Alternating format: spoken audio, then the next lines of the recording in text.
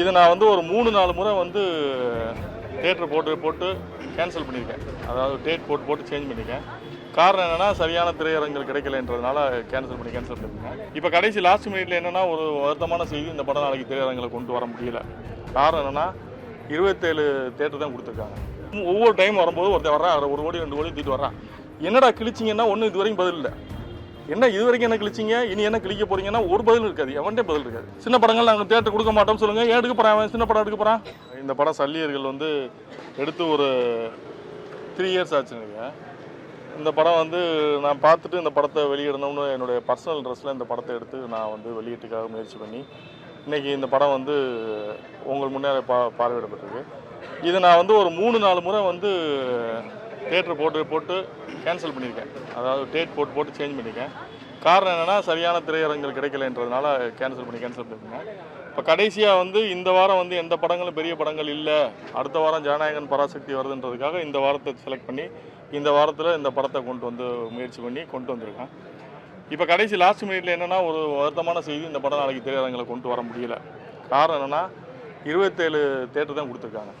27 screen, அதாவது 27 show. Overall Tamil Nadu பூரா வந்து 27 ஷோ தான் இந்த படத்துக்கு கொடுத்துருக்காங்க. அதுக்கு என்ன காரணம் சொல்கிறாங்கன்னா, சின்ன படங்களுக்கு திரையரங்குகள் வந்து கொடுக்க முடியாது, இவ்வளோ தான் கொடுக்கலாம் அப்படின்றது மாதிரி ஒரு காரணம். அதுவும் பர்டிகுலராக பிவிஆரில் வந்து ஒரு ஷோ கூட கொடுக்கல. பிவிஆர் வந்து இந்த மண்ணில் வந்து அவங்க ஒரு கார்பரேட் இங்கே பிஸ்னஸ் பண்ணுறாங்க. இந்த மண் சார்ந்த ஒரு படம், இதுக்கு வந்து அவங்க வந்து தேட்டர் கொடுக்க மாட்டேன், இது அந்த படம் கொடுக்க மாட்டேன்னு பர்டிகுலராக புறக்கணிக்கிறது ஏன்னு எங்களுக்கு தெரியல. எதனால் புறக்கணிக்கிறாங்க? இப்படி ஒரு படம் வேறு மாநிலங்களில் அந்த மண் சார்ந்து எடுத்த படத்துக்கு, இப்போ கர்நாடகாவிலே அந்த மண் சார்ந்து எடுத்த படத்துக்கு பிவிஆரில் ஷோ கொடுக்கலன்னு சொன்னால் என்ன நடக்கும்னு உங்களுக்கு பத்திரிகையாளர்களுக்கு தெரியும். பட் நம்மளுடைய பெருந்தன்மையை வந்து இவங்க முட்டாள்தனமாக நினைக்கிறாங்கன்னு நினைக்கிறேன். ஸோ இது வரைக்கும் நம்ம வந்து இப்போ நான் என்ன முடிவு எடுத்துட்டேன்னா, பரவாயில்ல நீ தேட்டர் கொடுக்க வேணாம், இந்த படம் போய் சேரணும். எங்கள் நோக்கம் வந்து இந்த படம் வந்து வெகுஜனங்கள்கிட்ட போய் சேரணும், அதுதான் எங்களுடைய நோக்கம். இதில் வந்து இது எனக்கு நான் எடுக்கும்போது தெரியும், இது வியாபார ரீதியாக வந்து எனக்கு பெருசாக கை கொடுக்காதுன்றது எனக்கு நல்லா தெரியும். தெரிஞ்சு தான் இந்த படத்தை வெளியிடுறேன். ஏன்னா பர்சனலாக எனக்கு கனெக்ட் ஆச்சு, இந்த படத்தை ரிலீஸ் பண்ணணுன்ற கட்டாயத்துக்காக நான் பண்ணேன். பட் இப்போ தேட்டர் கொடுக்கல என்னப்போ நான் வருத்தப்படல, பரவாயில்ல உங்களுடைய ஸ்டாண்ட் அதுதானே. ஏன்னா இங்கே இருக்க அமைப்புகள் அப்படி இருக்குது. தயாரிப்பாளர் சங்கம்னு ஒவ்வொரு டைம் வரும்போது ஒருத்தர் வர்றான், 1 கோடி 2 கோடி தூக்கிட்டு வர்றான். நான் தலைவராக நிற்கிறேன், செயலாளர் நிற்கிறேன், பொருளாளர் நிற்கிறேன். என்னடா கிழிச்சிங்கன்னா ஒன்றும் இது வரைக்கும் பதில் இல்லை. என்ன இது வரைக்கும் என்ன கிழிச்சிங்க, இனி என்ன கிழிக்க போறீங்கன்னா ஒரு பதில் இருக்காது, எவன்டே பதில் இருக்காது. ஆனால் அந்த 1 கோடியை தூக்கிட்டு வந்துடுவான். நான் எலெக்ஷன் நிற்கிறேன், நான் தலைவர் நிற்கிறேன், நான் செயலாளர் நிற்கிறேன், பொருளாளர் நிற்கிறேன். சரி வந்து என்ன கிழிக்க போகிற? இப்போ இது வரைக்கும் தான் என்ன கிழிச்சிருக்க? ஒரு படத்துக்கு தேட்டர் கூட வாங்க முடியாத நிலைமையில நம்ம இருக்கோம். என்ன கிழிச்சிருக்க? இதை விட கொடுமையான விஷயம், இன்னைக்கு காலைல கோயம்புத்தூரில் ரகலபுரம்னு ஒரு படம் கருணாசன் அடித்து 2013 வந்த படம். அதில் கருணாசுக்கு வந்து ஏதோ டிஸ்ட்ரிபியூட்டர் இருக்குன்றாங்க, கருணாசனை பணம் கொடுக்க வேண்டியது இருக்குன்றாங்க. நான் இந்த படத்தை என் பேரில் அனௌன்ஸ் பண்ணி 3-4 மாதம் ஆச்சு. அவங்க என்னை கூப்பிட்டு பேசணும்னா பேசியிருக்கலாம். லாஸ்ட்டாக இன்றைக்கி 3 மணிக்கு அந்த டிஸ்ட்ரிபியூட்டர் அசோசியேஷன்லேருந்து அந்த டிஸ்ட்ரிபியூட்டர் அடிக்கிறார், குமார் சொல்லி ஒருத்தர் அடிக்கிறார். அடிச்சுட்டு சார் வந்து கருணாஸ் வந்து எனக்கு 7.5 லட்ச ரூபா கொடுக்கணும்னு சொல்கிறார். நான் சொன்னேன் கொடுக்க வேண்டியது தான் வாங்கலாம், பட் தப்பு இல்லை, நான் கேட்குறேன். ஆனால் நீங்கள் வந்து அது எப்போ சொல்கிறீங்க? நான் வந்து இதை அனௌன்ஸ் பண்ணி எவ்வளோ நாள் ஆச்சு, நீங்கள் எப்போ நீங்கள் வந்து இது சொல்கிறீங்க? லாஸ்ட் மினிட்ல இன்றைக்கி நான் படம் ரிலீஸு, இந்த வேலையில் பிஸியாக இருப்பேன், நீ இப்போ கூட பஞ்சாயத்து பண்ணியிருந்தா நான் பஞ்சாயத்து உட்கார முடியுமா? இது தானே முன்னாடியே வந்து நாங்கள் வந்து அனௌன்ஸ் பண்ணுறோம். நீ பிரச்சனைனா முன்னாடியே சொல்லணும்ல. சொன்னேன்னா உட்காந்து பேசி செட்டில் பண்ண போகிறோம். லாஸ்ட் மினிட்ல இன்னைக்கு ஈவினிங் படம் நாளைக்கு ரிலீஸ் தெரிஞ்சு இன்றைக்கி ஈவினிங் கூப்பிட்டு உட்காரப்பியா நீ அப்படின்னு கேட்கும்போது, சரி அதையும் தாண்டி நான் என்ன பண்ணுறேன், சரி இந்த பிரச்சனையை சார்ட் அவுட் பண்ணணும்னு சொல்லிட்டு நான் கருணாசன்கிட்ட பேசுகிறேன். கருணாசன்கிட்ட பேசும்போது கருணாசன் என்ன சொல்கிறாரு, அந்த பணத்தை கொடுத்துட்டார். ரமேஷ்னு ஒருத்தர் செட்டில் பண்ணி அக்ரிமெண்ட் வாங்கிட்டார், லெட்டர் வாங்கிட்டார். அந்த ரமேஷ் வந்து அவர் இன்னொருத்தர் கொடுக்கல, அவங்களுக்குள்ள 2 பேரும் பார்ட்னருக்குள்ள பிரச்சனை போல. அதுக்கு அந்த அந்த அந்த கோயம்புத்தூர் ஏரியாலே தேட்டர் கொடுக்கல. எவ்வளோ பெரிய ஐக்கியத்தனம் பாருங்கள். நாங்கள் படம் ரிலீஸ் பண்ணுறோம், ரிலீஸ் பண்ணால் எங்களுக்கு 90 நாள் பொறுத்து பணம் கொடுக்குறாங்க. ஏன் நீ என்ன கடனுக்கா போடுற? காசு வாங்கிட்டு தானே போடுற? ஒரு வாரத்திலே பணம் கொடுக்க வேண்டியதானே? ஏன் உங்களுக்கு 90 நாள் டைம் தேவைப்படுது தேட்டருக்கு? நாங்கள் வட்டிக்கு வாங்கி படம் பண்ணுவோம், நீ வாங்கி 90 நாளைக்கு ரோல் பண்ணிக்கலாம். நீங்கள் எங்களுக்கு எத்தனை பேருக்கு நீங்கள் ஜிஎஸ்டி கொடுக்க வேண்டியது இருக்குது? எத்தனை பேருக்கு நீங்கள் டிடிஎஸ் பெண்டிங் வச்சுருக்கீங்க? நீங்கள் கொடுத்துருக்கீங்களா எல்லாருக்கும்? அப்போ நீங்கள் எங்களுக்கு வர வேண்டிய பணத்துக்கு மட்டும் நாங்கள் கொடுக்கணும்னு சொல்லி 2013 கொடுக்க வேண்டிய படத்துக்கு இன்றைக்கி வந்து நீ கோயம்புத்தூரில் தேட்டர் கொடுக்க மாட்டேன், நீ நிப்பாட்டி வைக்கிறேன். எவ்வளோ ஐக்கியத்தனை அது? ஒரு படத்தை, ஒரு சின்ன படத்தை வந்து அப்போ அந்த ப்ரமோஷன் பண்ண காசை யார் கொடுக்குறது? இதுக்கு இந்த அமைப்புகள் என்ன பதில் சொல்லலாம்? நான் வந்து முன்னாடியே அனௌன்ஸ் பண்ணாமல் இன்றைக்கி திடீர்னு அனௌன்ஸ் பண்ணியிருந்தேன்னா நீ செய்கிறதில்ல நியாயம் இருக்குது. நான் முன்னாடியே அனௌன்ஸ் பண்ணிட்டேன், நீ முன்னாடியே என்கிட்ட கூப்பிட்டு சொல்லியிருக்கணும், உனக்கு பணம் வரணும்னா என்னை கூப்பிட்டு நீ சொல்லணும், இந்த மாதிரி பணம் கொடுக்கணும்னா நான் அதை பேசி சார்ட் அவுட் பண்ண போகிறேன். யாருக்கும் பணம் கொடுக்க வேண்டியது, யாரும் ஏமாற்ற வேண்டியதில்லை. ஆனால் அதில் ஒரு எத்திக்ஸ் இருக்குல்ல. நீ ஏன் கடைசி நிமிஷத்தில் பஞ்சாயத்து வைக்கிற? அப்போ நீங்கள் உங்களுக்கு டிஸ்ட்ரிபியூட்டருக்கு யாருக்குமே பணம் வரணும்னா உடனே கூட பஞ்சாயத்து வந்து படத்தை நிப்பாட்டுவீங்க. தயாரிப்பாளருக்கு டிடிஎஸ் கொடுக்க மாட்டீங்க, ஜிஎஸ்டி கொடுக்க மாட்டீங்க, எதுவும் கொடுக்க மாட்டீங்க.